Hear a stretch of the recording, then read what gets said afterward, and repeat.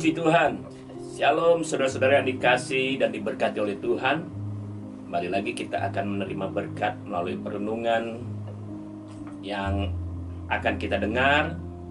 Kita yakin apa yang kita peroleh melalui perenungan ini memberkati kehidupan saya dan saudara. Puji Tuhan.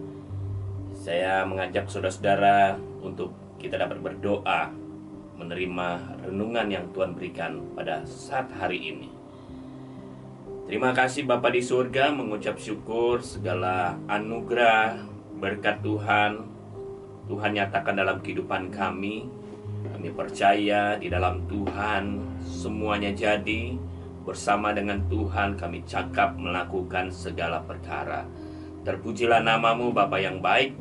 Kami akan mendengarkan renungan firman Tuhan. Di dalam nama Tuhan Yesus Kristus kami sudah berdoa dan mengucap syukur. Haleluya. Amin. Saudara tentunya diberkati dengan keberadaan kita saat ini. Semua juga karena anugerah kasih karunia Tuhan dalam kehidupan saya dan saudara. Haleluya, puji Tuhan. Hari ini kita akan diberkati melalui perenungan firman Tuhan ya, yang terdapat di dalam Ulangan pasal ke-28 ayat yang ke-1 dan ayat yang kedua. Saya akan membacakan ayat-ayat ini bagi saudara-saudara sekalian. Ulangan 28 ayat yang pertama dan ayat yang kedua. Demikian firman Tuhan. Jika engkau baik-baik mendengarkan suara Tuhan Allahmu dan melakukan dengan setia segala perintahnya yang kusampaikan kepadamu pada hari ini, maka Tuhan Allahmu akan mengangkat engkau di atas segala bangsa di bumi. Segala berkat ini akan datang kepadamu dan menjadi bagian jika engkau mendengarkan suara Tuhan Allahmu. Haleluya, puji Tuhan. Berbicara tentang berkat, bukan hanya kita tahu berkat secara jasmani saja, tetapi buat kita sebagai orang-orang percaya, berkat yang paling utama dalam kehidupan kita adalah berkat rohani yang harus kita miliki dari Tuhan. Karena inilah yang memberikan kita kegairahan, memberikan kita kekuatan, sukacita, dan kebahagiaan. Karena berkat rohani daripada Tuhan itu melebihi dari segalanya. Dari firman Tuhan yang kita baca di sini saudara-saudara, syarat untuk mendapatkan berkat yang Tuhan siapkan dalam kehidupan kita adalah dikatakan di sini, jika engkau baik-baik mendengarkan suara Tuhan Allahmu dan melakukan dengan setia apa yang menjadi perintahnya dan kehendaknya. Saudara, kalau kita lakukan ayat ini, pasti Tuhan akan memberkati kehidupan saya dan saudara. Terlebih berkat rohani itu bukan kita mengejar berkat, tetapi apa yang kita peroleh. Berkat itulah yang akan datang kepada saya dan saudara ketika kita mendengarkan firman Tuhan.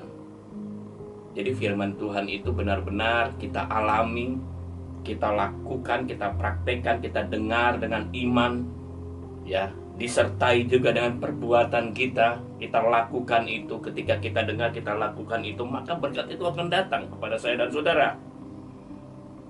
Dan kita akan mendengar suara Tuhan dengan iman kita. Haleluya. Ia tidak memerintahkan bangsa Israel pada waktu itu. Ketika bangsa Israel, Tuhan memerintahkan untuk keluar dari Mesir, Dia tidak berkata bahwa engkau harus membawa kepadaku korban sembelihan, korban bakaran. Bukan itu saudara. Tapi apa yang dikatakan firman Tuhan ini? Dengar firman Tuhan, dengar suara Tuhan, ya, bukan korban-korban yang lain. Inilah perintah Tuhan yang harusnya sebagai anak-anak Tuhan, juga sebagai orang-orang rohani saat ini, Israel rohani saat ini harus kita lakukan. Dan ini berlaku bagi saya dan saudara karena kita memiliki firman Tuhan. Ya. orang yang dikatakan orang yang berbahagia itu setelah ia mendengarkan firman Tuhan. Tidak bisa ditukar dengan apapun juga hal-hal jasmani yang ada di dunia ini. Ketika ia mendengarkan firman Tuhan, itu jauh lebih dari apa yang kita miliki di dunia ini, saudara-saudara. Ya, oleh sebab itu dikatakan juga di situ, orang yang berbahagia setelah mendengar perintah Tuhan, dengan sendirinya juga dia pasti akan menjadi orang yang suka memberi. Di mana ayat itu kita dapat melihat?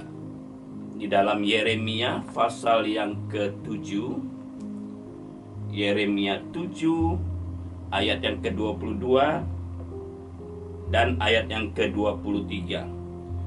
Yeremia pasal yang ke-7 ayat 22 dan ayat yang ke-23.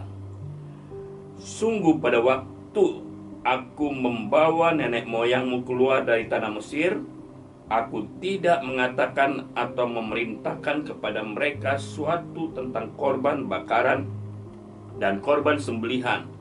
Hanya yang berikut inilah yang telah kuperintahkan kepada mereka.